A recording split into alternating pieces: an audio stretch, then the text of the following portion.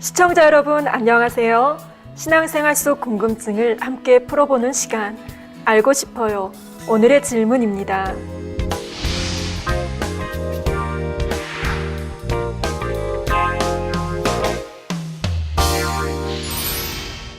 능력과 권능은 분명한 차이가 있습니다. 권능은 그냥 능력이 아니라 권세 있는 능력이기 때문입니다. 이해를 돕기 위해 비유를 들어보겠습니다. 먼저 운전자와 교통경찰의 경우입니다. 운전자는 차를 몰 수 있는 능력이 있습니다. 반면 교통경찰은 차를 멈추고 세울 수 있는 권세가 있지요. 국가에서 교통경찰에게 그러한 권세를 주었기 때문입니다. 운전자는 차를 몰고 갈 능력은 있으나 경찰과 같은 권세는 없기 때문에 경찰이 멈추라면 멈추고 가라면 가야 합니다. 다음으로 70세 아버지와 50세 아들의 경우입니다. 아버지는 나이가 들어 몸이 쇠약해졌고 직장도 은퇴하여 돈을 벌지 못합니다. 반면 아들은 몸도 건강하며 돈도 잘 번다고 합시다. 이럴 때 아들이 아버지보다 능력 있다 할 수 있습니다. 그러나 아들과 아버지의 관계에서 아들은 아버지의 말씀에 순종해야 합니다. 이것이 아버지의 권세이지요. 마지막으로 왕의 명령을 대신 전하는 사신과 그 명을 전달받은 신하의 경우입니다. 이 신하의 직분이 사신보다 높다 해도 신하는 공손한 자세로 사신이 전달하는 왕의 명령을 받습니다. 사신이 전하는 메시지는 왕의 명령이기 때문입니다. 다시 말해 왕의 권세가 사신에게 입혀졌기에 어느 누구라도 그 앞에서 복종하게 되지요. 이처럼 창조주 하나님께로부터 영적인 권세를 받은 사람 앞에는 모든 피조물과 악한 영들까지도 복종하게 됩니다. 여기에 능력이 더해져서 권세 있는 능력인 권능을 받은 사람이 있다면 그는 예수님처럼 놀라운 기사와 표적을 행할 수 있습니다.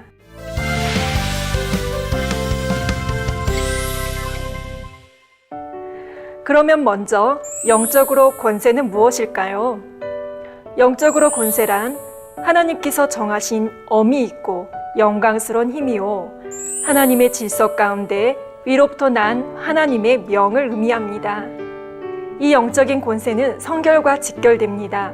성결되지 않으면 결코 받을 수 없지요. 어린아이에게 칼을 주면 위험한 것처럼 성결되지 않은 사람이 영적인 권세를 받으면 문제가 생길 수 있습니다. 따라서 하나님께서는 마음에서 악을 다 벗어내어 성결된 사람, 형제를 위해 생명도 줄 수 있는 사랑이 있는 사람에게 영적인 권세를 주십니다. 다음으로 능력이란 사람으로서는 할 수 없지만 하나님으로서는 하실 수 있는 힘입니다. 이러한 능력이 있으면 질병이나 신체 장애도 고칠 수 있고 죽은 사람을 살릴 수도 있습니다. 성령의 은사 중 신유의 은사로도 세균이나 바이러스로 인한 질병은 고칠 수 있습니다. 그런데 죽은 신경을 살리거나 퇴화된 조직을 재생시킬 수는 있으려면 하나님의 능력을 받아야 합니다. 걷지 못하는 사람을 걷게 하거나 볼 수 없는 사람을 보게 하는 것도 이 능력이 있어야 하지요. 신유의 은사는 성결되지 않았다 해도 하나님께 간절히 기도하여 받을 수 있지만 이러한 능력은 성결된 사람이 기도할 때 주어집니다. 마지막으로 권능은 앞서 말씀드린 권세와 능력이 함께 역사되는 것입니다. 바로 권세 있는 능력이 권능이지요. 예를 들어 마태복음 10장 1절에 보면 예수께서 그 12 제자를 부르사 더러운 귀신을 쫓아내며 모든 병과 모든 약한 것을 고치는 권능을 주시니라 말씀하셨습니다. 여기서 더러운 귀신을 제어하고 쫓아낼 수 있는 힘은 권세라 할 수 있습니다. 다음으로 모든 병과 약한 것을 고치는 힘은 능력의 분야이지요. 이 두 가지 역사가 동시에 나타날 수 있기 위해서는 권세와 능력을 모두 받아야 합니다.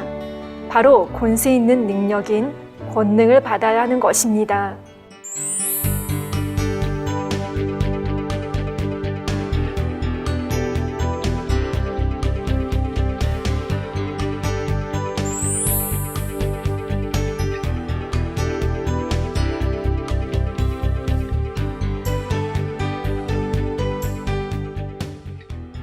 시청자 여러분, 하나님께로부터 권능을 받는다면 사람으로는 할 수 없는 놀라운 일들을 이루어 하나님께 크게 영광을 돌릴 수 있게 될 것입니다. 그러므로 부지런히 마음의 성결을 이루고 불같이 기도하여 능력과 더 나아가 권능을 받을 수 있는 자격을 갖춰가는 저와 여러분이 되었으면 좋겠습니다.